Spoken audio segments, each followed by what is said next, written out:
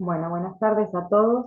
Eh, Hoy vamos a empezar a dar la clase número 9, la de análisis sensorial.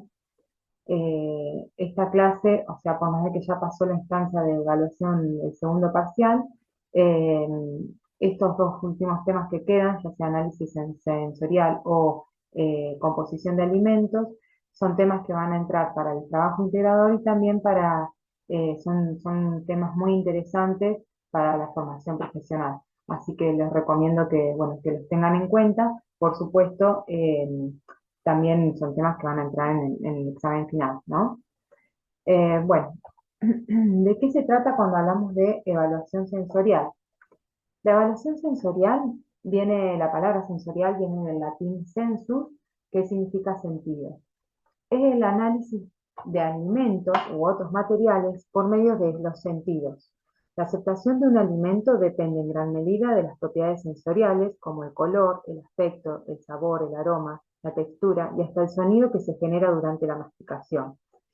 El análisis sensorial o la evaluación sensorial no es menos importante que un análisis químico, ¿sí? Es igual de importante y se usa en gran medida, además, para saber también la aceptación que tiene el alimento para el consumidor.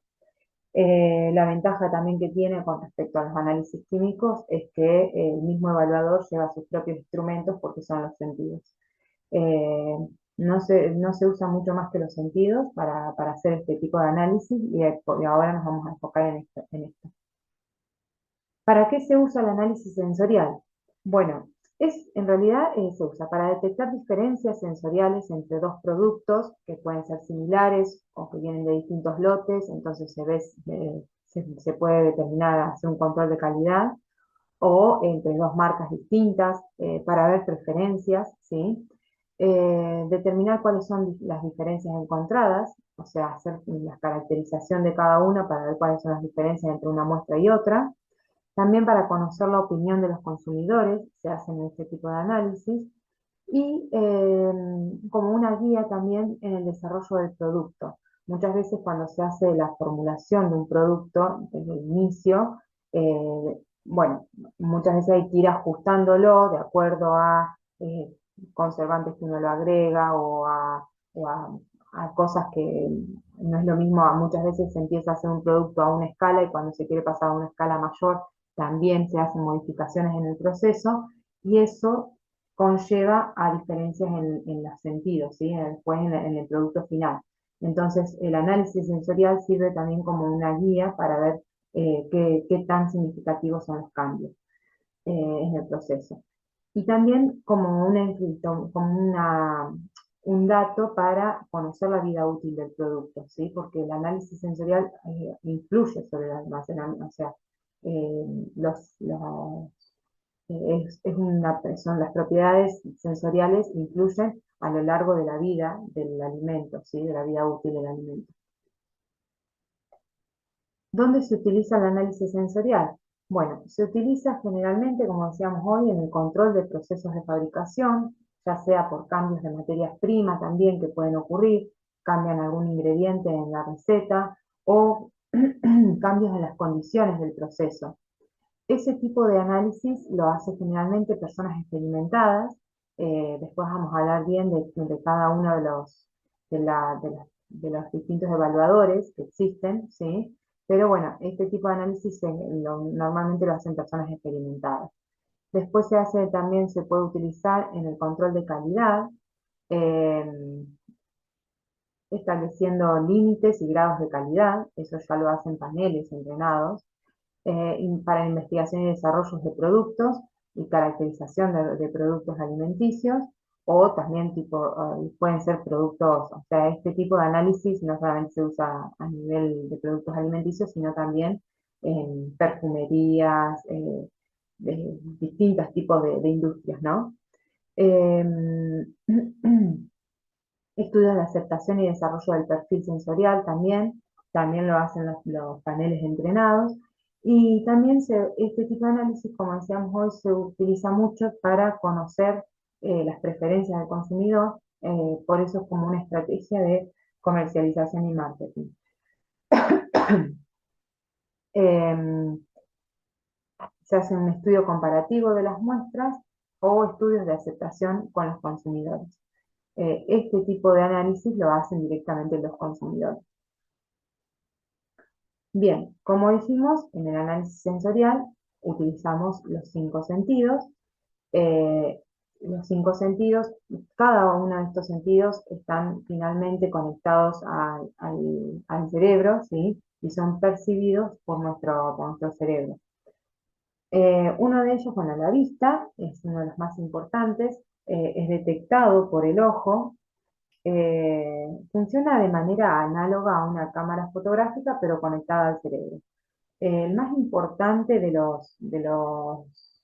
las propiedades, eh, bueno, observadas por el ojo es el color. Para los tecnólogos, ¿no?, de alimentos, una de las propiedades más importantes es el color.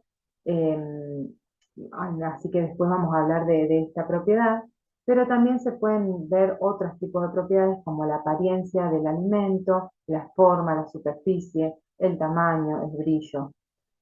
Todas esas propiedades se, o sea, se pueden percibir a través de la vista. Después tenemos el gusto. El gusto se percibe a través del órgano que es la lengua. En la punta de la lengua percibimos el sabor dulce, el gusto dulce. Son 4 gustos básicos y uno más que se agrega que después lo vamos a ver, pero acá percibimos, normalmente se dice que el sabor dulce es el que se percibe por la punta de la lengua. El salado y el ácido se percibe por los lados, los laterales o el costado de la lengua, y en la zona de atrás de la lengua, eh, en las papilas gustativas más grandes, se perciben el sabor amargo. Luego tenemos también el olfato. El olfato se percibe, bueno, a través del órgano de la nariz, pero en realidad sería todo el sistema nasal el que percibe. El olfato está referido a todo el sistema nasal. ¿Por qué? Porque a través del olfato podemos percibir el olor y el aroma, que son dos propiedades totalmente distintas.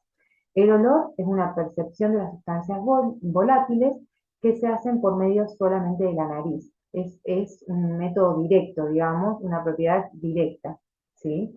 En cambio, el aroma se detecta después de poner el alimento en la boca y se percibe a través del paladar.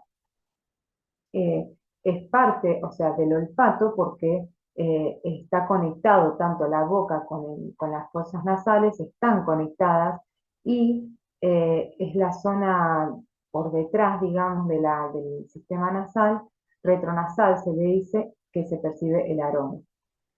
Em, Luego, a través del oído, bueno, podemos detectar el sonido, ¿sí?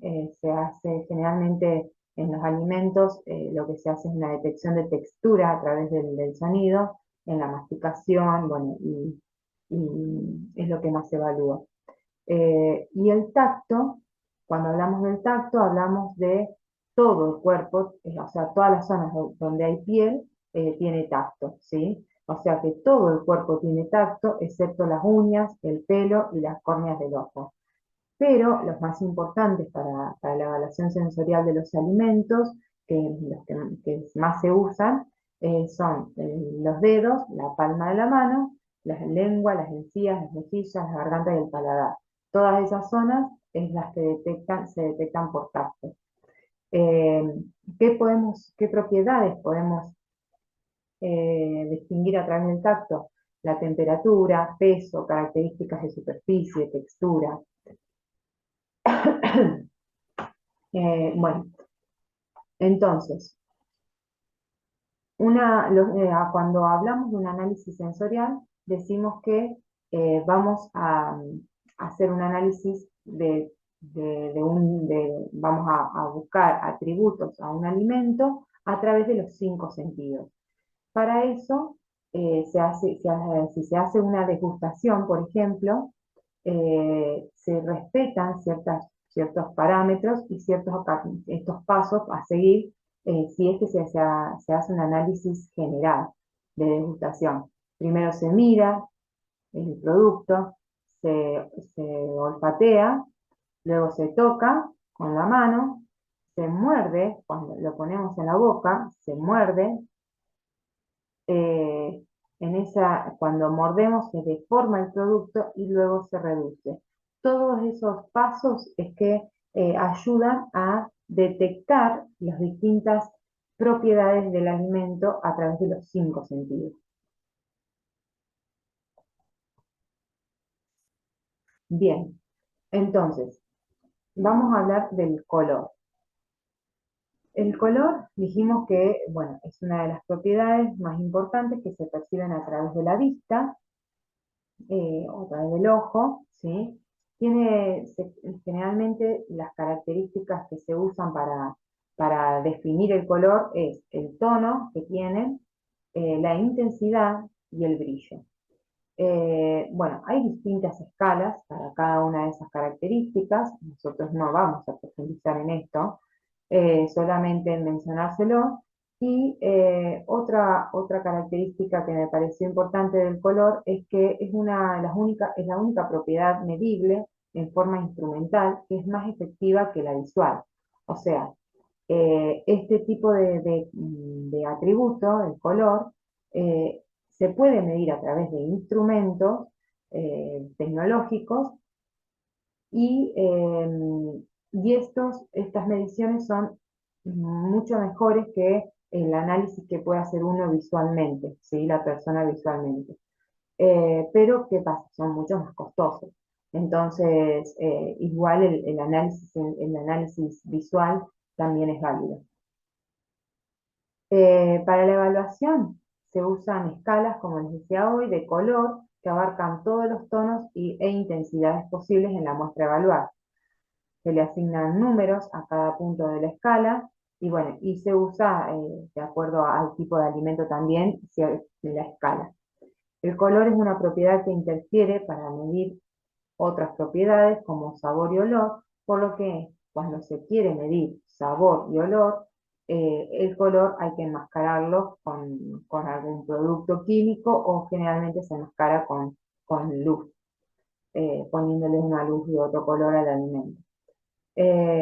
Haciendo la evaluación en una cabina con luz roja, por ejemplo.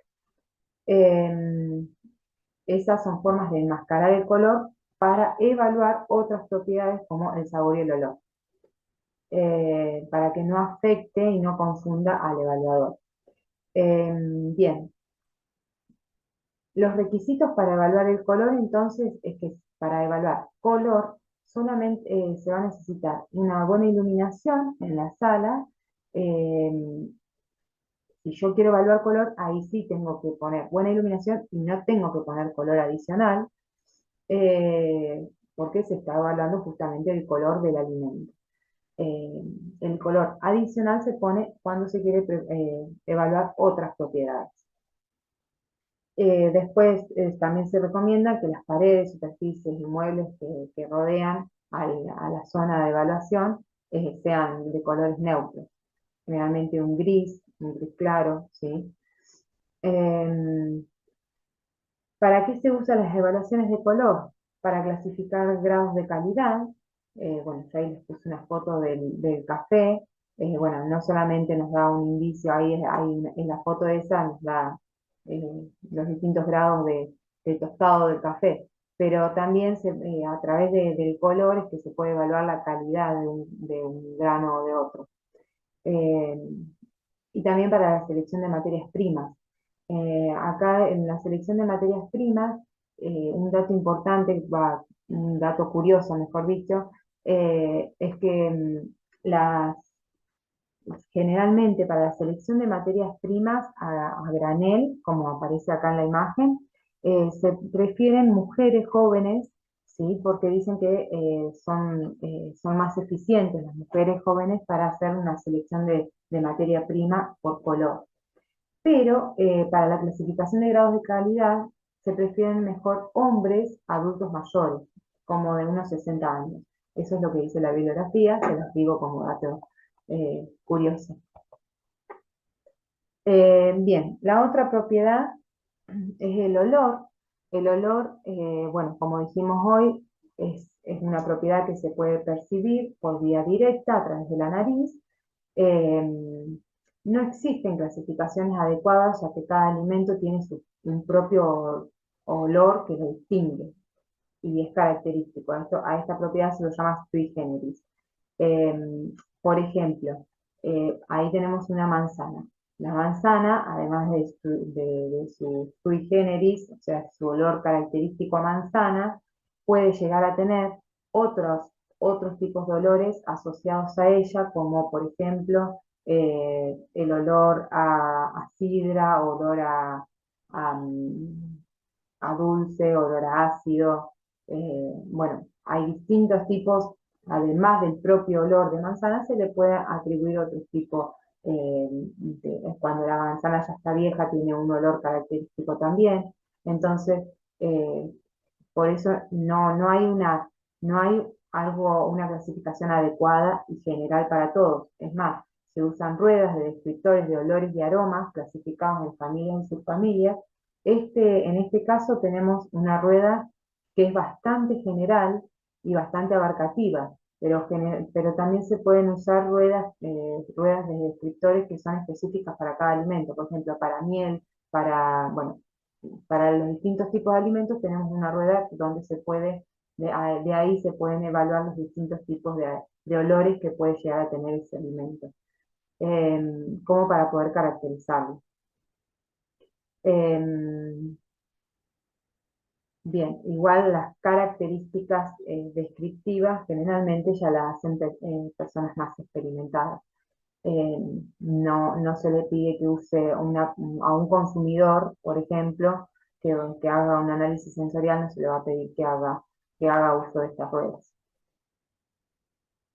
Eh, el olor, entonces dijimos que, bueno, se caracteriza también por tener cierta intensidad de acuerdo al producto, y tiene dos características importantes. Una es la persistencia, eso quiere decir de que luego de haber retirado la sustancia de la nariz, se sigue percibiendo el olor. Esto hace que las evaluaciones tengan que ser rápidas, o sea, no puedo tener mucho tiempo el alimento o lo que estoy evaluando, el producto que estoy evaluando, no lo puedo tener mucho tiempo cerca de la nariz porque queda ese olor impregnado, digamos, en la fosa nasal. Entonces, por eso, por la persistencia que tiene el olor. Y otra cosa que genera también es acostumbramiento después de ciertos tiempos de exposición. Esto da una impresión muy fuerte a nivel cerebral, el olor da una impresión tan fuerte a nivel cerebral que impide percibir otros atributos. Eh, por esto es que también la evaluación tiene que ser rápida y no pueden hacerse muchas muestras en una misma sesión. Esto de que o sea, el olor impacta fuertemente a nivel cerebral, eh, entonces también termina enmascarando las otras propiedades cuando queremos evaluar otras propiedades. Por eso a veces también hay que, perdón, termina interfiriendo. Entonces también hay que enmascararlo para que no me interfiera cuando evalúo otras propiedades, como en el caso que habíamos dicho del color. Acá les tiro también un dato interesante. El olor es una de las propiedades que más recordamos. Esto de la impresión fuerte que genera a nivel cerebral, cuando nosotros pensamos o sea, hay ciertos olores que nos traen recuerdos, y eso es muy interesante, ¿no? Cómo el sentido del olor es el que más impacta a nivel cerebral por este tipo de acostumbramiento que se genera por ciertos tiempos de exposición. No sé, uno piensa, yo por lo menos pienso, si llego a llegar a sentir el olor que había en la casa de mi abuela, o sea, inmediatamente me voy a acordar de la casa de mi abuela. Eh, pero bueno, hay olores que son tan característicos y que al haber mucho tiempo de exposición a ese olor, impactan muy fuertemente en el cerebro. Y esto interfiere, o sea, en la parte de evaluación sensorial. Hay que ser muy objetivo para esto y no mezclar, digamos, las sensaciones. Eh, y lo que habíamos dicho hoy, el aroma es una propiedad distinta al olor porque se puede percibir a través de la vía retronasal y es detectado por la boca. Lo que tiene, en este caso, lo que hay que tener cuidado o sea, al momento de hacer, de elegir los evaluadores o de seleccionar los evaluadores o de hacer las evaluaciones, la persona que hace la evaluación puede, puede que debe cuidar este tipo debe cuidar todos sus sentidos en realidad. Pero la boca, por ejemplo, puede insensibilizarse por efecto del tabaco, la droga o alimentos muy picantes. Entonces tiene que cuidarse de no consumir ese tipo de productos para no afectar a su sistema retronasal. Los evaluadores generalmente cuando hacen una evaluación del aroma, lo que hacen es apretar el alimento con la lengua sobre el paladar y no degluten la muestra. Generalmente la escupen, la tiran en un recipiente. Esto es para hacer la evaluación del aroma. Ahí les puse una foto de una niña sintiendo el aroma a las flores, lo cual es un término mal usado, decir que se siente el aroma a flor, porque dijimos que el aroma es algo que se percibe por la boca, ¿sí? Entonces, para que recuerden esto, de que el aroma, en realidad está mal dicho el aroma a flores, porque el aroma se percibe con la boca, sería olor a flores, ahí lo que está haciendo la niña.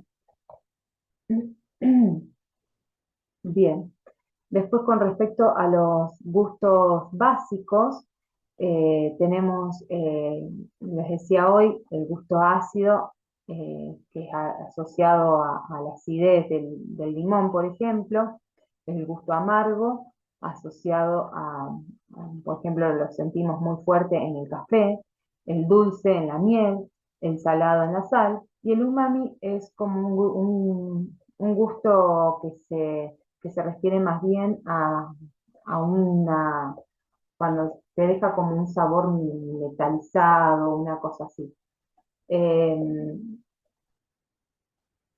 Después, bueno, los requisitos que necesitamos para evaluar gustos es que el juez o el jurado debe tener ciertas habilidades para detectar estos sabores básicos eh, y poder discriminar aquellos alimentos que agradan y no agradan, o los que otorgan placer y los que no.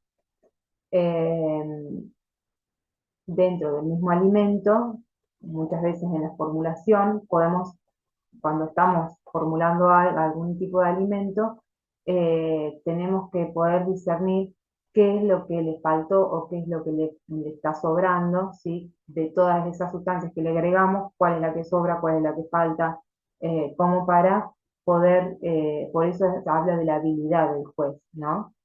Y también habilidad para determinar la concentración umbral, cuando nos pasamos también de largo con ciertas sustancias, más que nada los conservantes, los aditivos y todas esas cuestiones, que por supuesto nunca podemos superar los límites de las normativas, pero muchas veces, por más de que no los superes, invaden al sabor.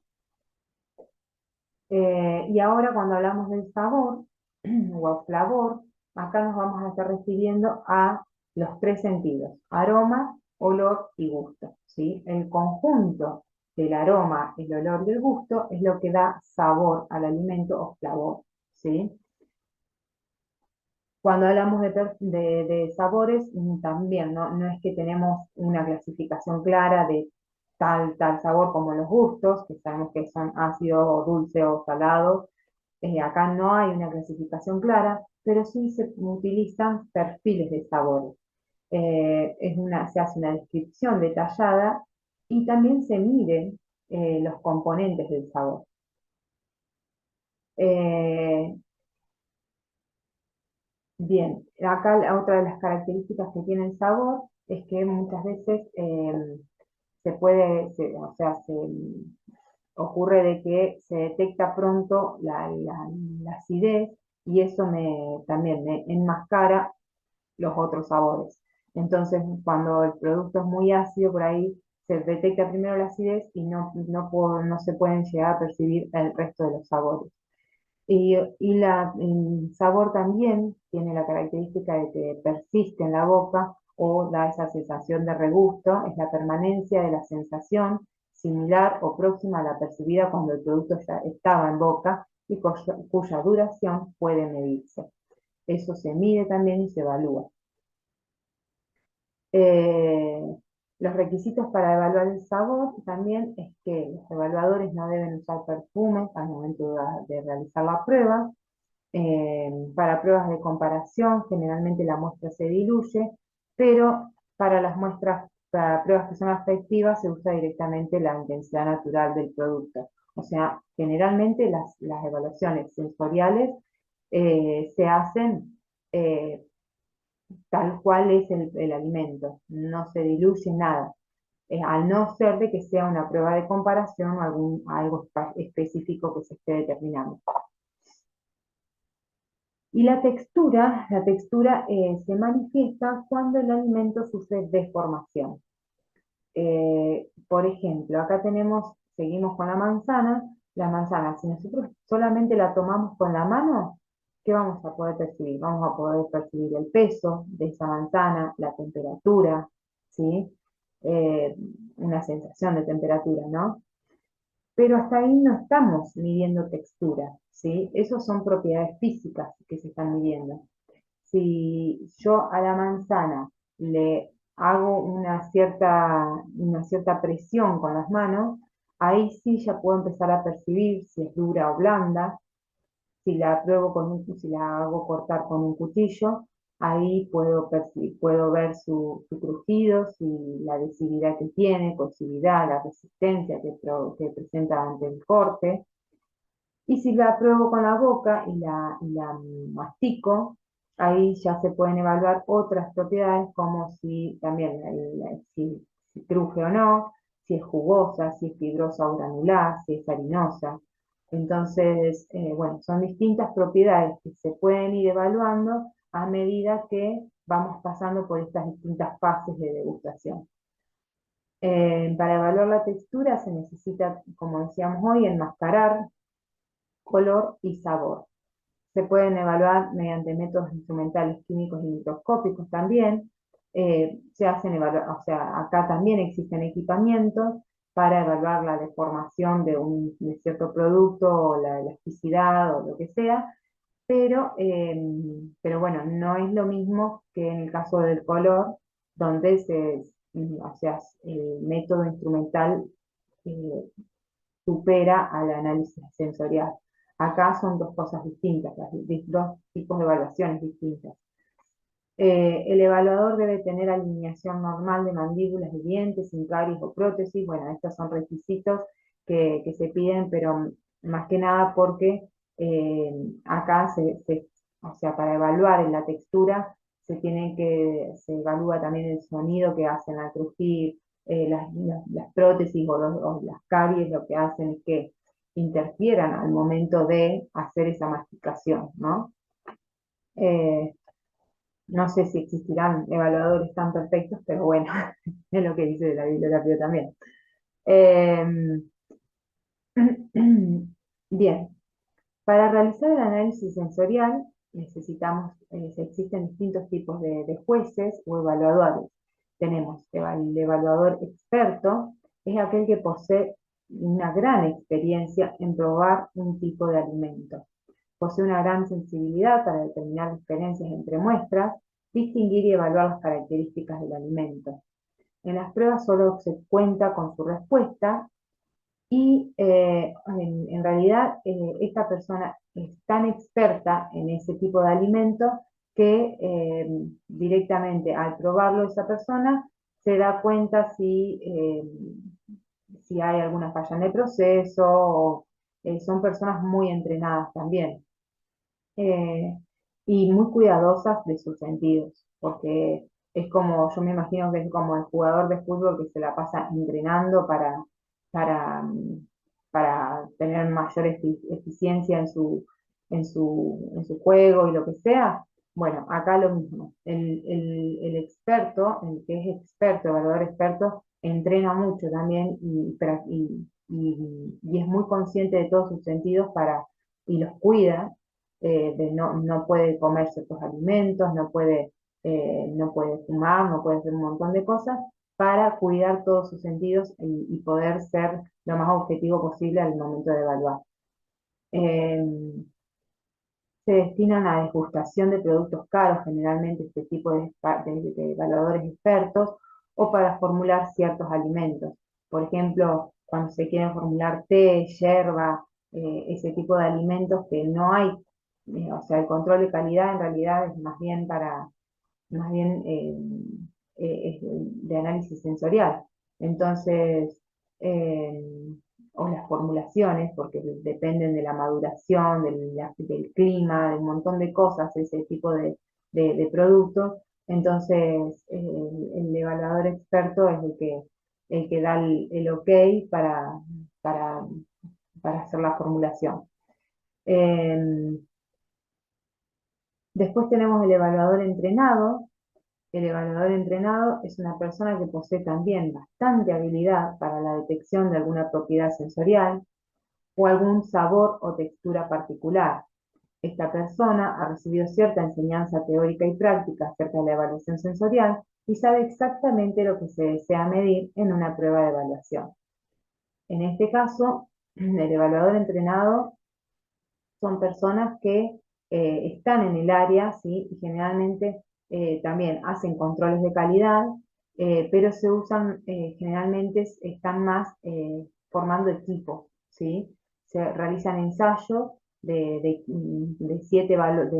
7 y 15 evaluadores son los que se usan como equipo para determinar ciertas propiedades, pero son más, en el anterior eran para un tipo de alimento, acá es para probar ciertas propiedades del alimento. Eh, bueno, el evaluador experto entonces dijimos que es miembro de un equipo de evaluación sensorial y se emplean en pruebas sensoriales descriptivas o discriminativas, más complejas. Después tenemos el evaluador semientrenado o de laboratorio.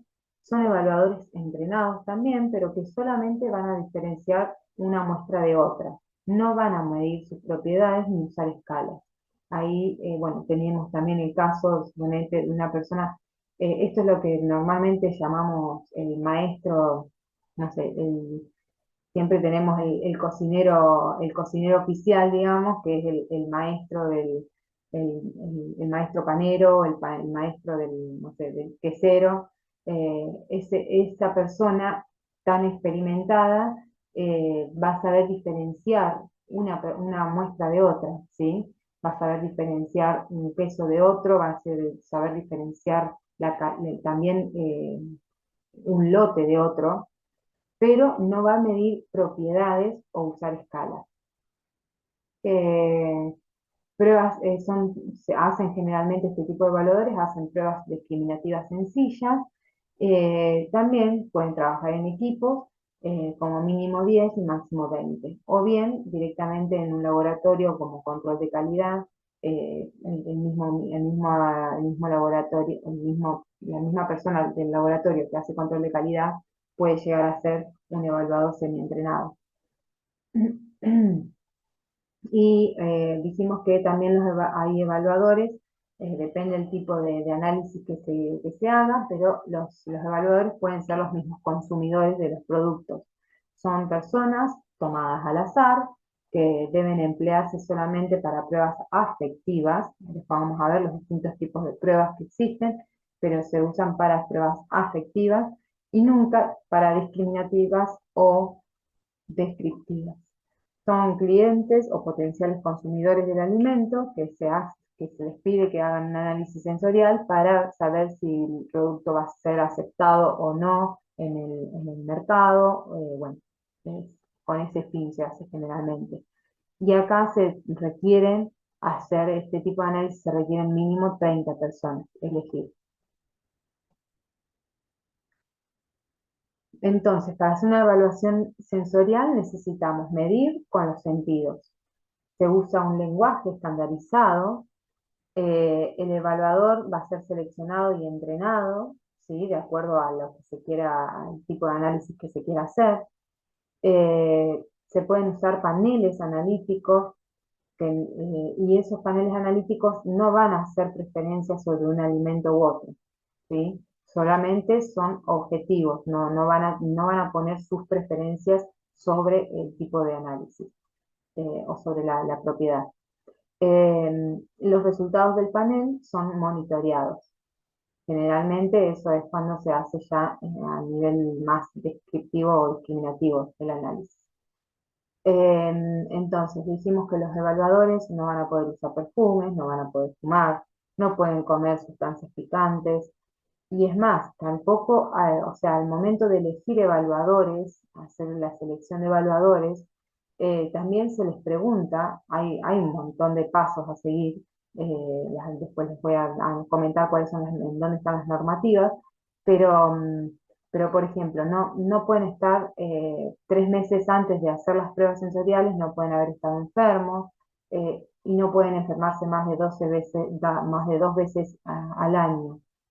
Eh, Esto es porque generalmente una persona que se enferma muy seguido, obviamente quedan afectadas más que nada la parte nasal, ¿sí? Queda afectada y no va a poder percibir con la misma intensidad que una persona sana, totalmente sana.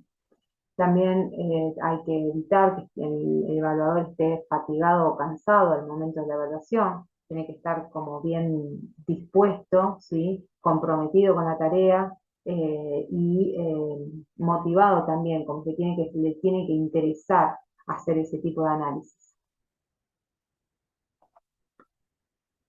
Lo que les decía hoy, generalmente, para, para, para ver quiénes van a hacer ese tipo de análisis sensoriales, se convocan a los evaluadores, eso se hace todo según las normativas, la norma IRAM 20005 está, bueno, cómo armar el panel sensorial, las características de cómo armar el panel sensorial, yo ahora solamente se los voy a mencionar, pero no, bueno, después también hay otros tipos de normativas como para hacer análisis sensorial de miel, ahí tenemos otra normativa, pero las IRAM el análisis sensorial está totalmente reglamentado igual que cualquier otro tipo de análisis. Eh, Se hace una selección preliminar para convocar a los evaluadores, esto de ver si fuma, si no fuma, si está enfermo, si no. Una vez que se seleccionan, se hace un entrenamiento en principios generales y métodos para evaluar, para hacer los análisis. Después se hace una selección para los objetivos más particulares, un control del desempeño y posibles entrenamientos como evaluadores expertos, bueno, pueden continuar, digamos. Las condiciones de ensayo. Bueno, lo que decíamos hoy, el local donde se realiza el análisis debe ser construido en una atmósfera adecuada, de trabajo adecuado, debe ser un lugar cómodo, agradable. Las cabinas deben ser individuales, generalmente se usan cabinas individuales, libres de olores y ruidos molestos. Si estamos en una industria, se recomienda que la zona de evaluación sensorial sea apartada, que no se contaminen con los olores de la industria. Un color gris o neutro, por ejemplo, se usan para las paredes y una buena iluminación uniforme y difusa. La sala de preparación de muestras se pide que sea aparte y que tengan buena disposición los evaluadores con compromiso en las tareas para llevar a cabo bien el análisis. Las muestras deben Las muestras deben estar presentadas eh, uniformemente, codificadas. Acá me estoy tapando. Eh, no,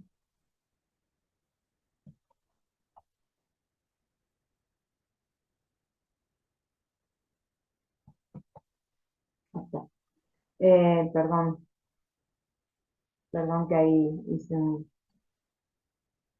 hice macana. Bueno, las muestras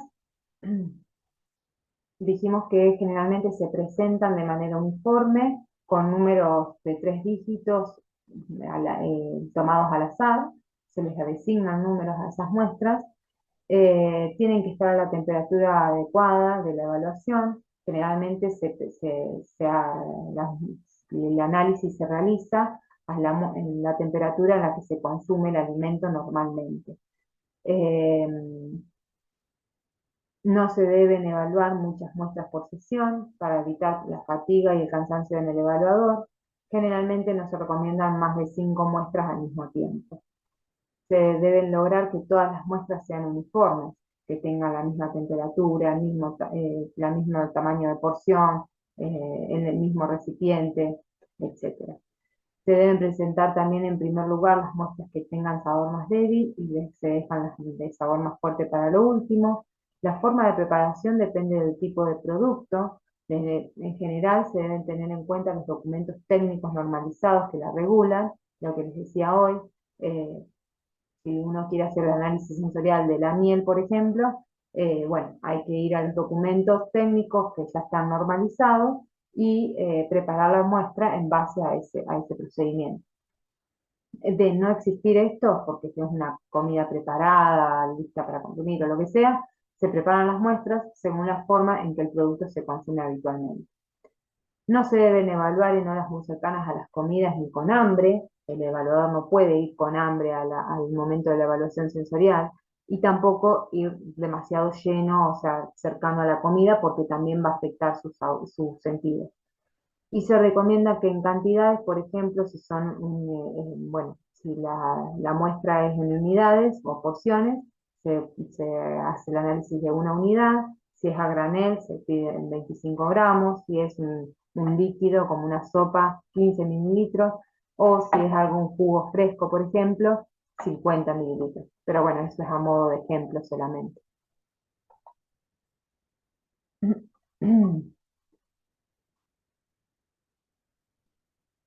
Los vehículos y borradores, bueno, los vehículos es lo que se utiliza para consumir, para hacer el análisis de ciertos productos como quesos o algunos aderezos, generalmente los vehículos que se usan son los que utilizan, semejantes a los que podría usar el consumidor. Eh, en lo posible hay que tratar de evitar el uso de los vehículos. Si se puede hacer el análisis sensorial directamente sin vehículo, mejor. Eso es lo que se pide. Pero bueno, en caso de, se usan los vehículos empleados por los consumidores. Y los borradores son aquellos que se utilizan para enjuagar después de cada prueba. Se hace un enjuague o se diluye para no mezclar los sabores entre las distintas pruebas. Tienen la función de eliminar el regusto causado por las muestras que se evalúan antes de continuar con la siguiente. El borrador por excelencia es la propia saliva del degustador, pero generalmente también se puede usar agua, temperatura ambiente, manzana verde, vino blanco, eh, algunas galletas, bueno, esas serían más bien vehículos. Después tenemos, no, lo que decíamos hoy, hay 3 distintos tipos de pruebas. Las pruebas sensoriales pueden ser afectivas, discriminativas o descriptivas. Las afectivas son las que sirven para conocer el grado de satisfacción o preferencia de un producto. O sea, lo que se quiere conocer es si el producto gusta o no gusta, si se prefiere o no se prefiere, si se acepta o no se acepta. Saber cuál es la aceptación del producto entre los consumidores. Se requieren mínimo 30 jueces no entrenados para hacer este tipo de evaluaciones. Eh, Como decíamos, son los jueces acá van a ser los consumidores, ¿sí? Eh, y se pueden hacer pruebas de preferencias, pruebas de grado de satisfacción o pruebas de aceptación. Todo esto que yo les voy a mencionar ahora en forma muy general, lo pueden encontrar en la bibliografía que les voy a sugerir al final de las diapositivas. Eh, si en algún momento les interesa, tienen casos prácticos para ver ahí en la bibliografía. el libro que yo estuve eh, analizando fue La evaluación sensorial de los alimentos en la teoría y la práctica de Antonio Anzaldúa Morales. Es este. Está en la biblioteca y, bueno, hay un montón de otra bibliografía también en internet, pero bueno, ese es muy completo y además muy práctico. En caso de que en algún momento necesiten hacer pruebas de este tipo, ahí les dice cómo armar los informes, cómo hacer las preguntas, todo, todo. Así que bastante completo eso. Em, bueno, entonces tenemos las pruebas de preferencia, si prefieren una muestra sobre otra. Es similar a a la discriminatoria simple, pero acá el consumidor va a hacer una preferencia de acuerdo a sus gustos personales, ¿sí? Va a decir si prefiere una muestra u otra de acuerdo a sus gustos personales. En la discriminatoria simple, el evaluador no trata de no poner sus gustos sobre la evaluación. Las pruebas de grado de satisfacción, lo que se intenta saber cuando se hace una prueba de grado de satisfacción es cuánto le va a gustar o cuánto le va a disgustar un alimento. Para esto se usan las escalas hedónicas, que pueden ser verbales o gráficas. Me gusta mucho, me gusta poco, muchas veces han hecho este tipo de encuestas, de probar cierto producto y decir me gusta mucho, poco, ligeramente, o bien ahí tenemos los grafiquitos, marcar qué sensación nos da cuando lo probamos. Y las pruebas de aceptación, ¿qué diferencia hay con preferencia? La aceptación, o sea, que un alimento le guste a alguien no significa que vaya a comprarlo. La aceptación entonces es el deseo de una persona para poder adquirir ese producto. No solo depende de si le gusta o no le gusta, sino también de aspectos socioculturales, socioeconómicos, de los hábitos que tiene el consumidor.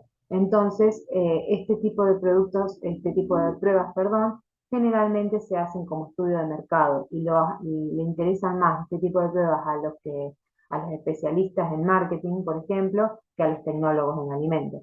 A los tecnólogos de alimentos generalmente se prefieren, o sea, igual al tecnólogo también le sirve este dato, porque obviamente es un dato que ayuda también a mejorar la tecnología del alimento, ¿no? Eh,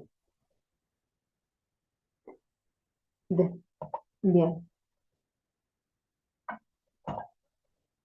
bien, bien.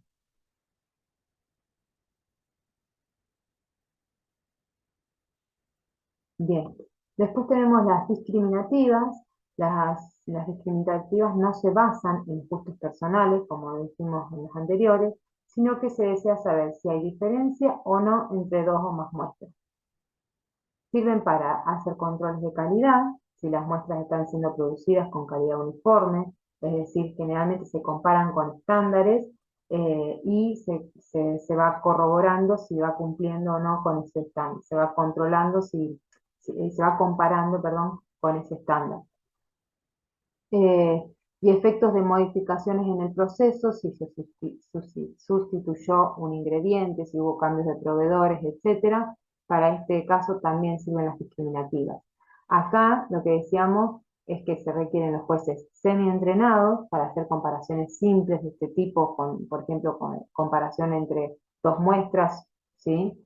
A eso se llama comparación simple, o jueces entrenados para comparaciones más complejas o múltiples. Ahí están los distintos tipos de pruebas que se hacen discriminativas. Son muchas, generalmente las más simples son de comparación apareada simple, prueba triangular o la dúo trío, que ahí en la bibliografía también está especificada cada una de ellas, cómo se hacen.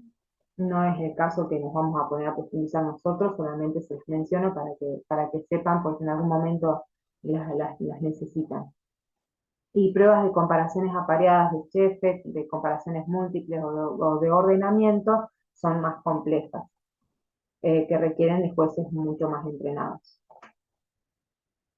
Y las descriptivas, se trata de definir la magnitud o intensidad de los atributos o propiedades del alimento y medirlas de la manera más objetiva posible. Interesa saber cuál es la del alimento. Eh, bien, para este caso se requieren jueces entrenados, también monitorizados. Generalmente acá ya se mide una magnitud o intensidad del atributo, qué tan ácido es, eh, no sé, todo del atributo se le mide también ya una magnitud, se cuantifica, por así decirlo. Entonces, acá se requieren de paneles entrenados, ¿sí? Que son monitorizados por otro juez, ¿sí? Y interpretación de resultados, la interpretación de resultados en este caso también es mucho más compleja. Y acá hay distintos tipos de pruebas descriptivas. Bueno, como les mencioné ahí, escalas no estructuradas, con escalas de intervalo, escalas estándar, proporcional, determinación del perfil sensorial. Y esto, etcétera, porque justamente las pruebas discriminativas y afectivas es como que son ese tipo de pruebas y no hay mucho más para agregar. Pero acá esto es algo que continuamente se va innovando y se van proponiendo distintas formas para medir los atributos. Entonces, sí, son muchas las técnicas que se proponen acá y es más bien para personas más entrenadas. Bien, acá les dejo la bibliografía, el material que estuve utilizando para el desarrollo de la clase. Eh, no vamos a profundizar mucho más sobre el tema, es más que nada para que darles un panorama y puedan entender también la importancia del análisis sensorial. Eh, es muy interesante, si algún día pueden hacer un curso, algún taller para poder hacer este tipo de evaluaciones, es muy interesante. Así que bueno, se los recomiendo y muchas gracias por la atención.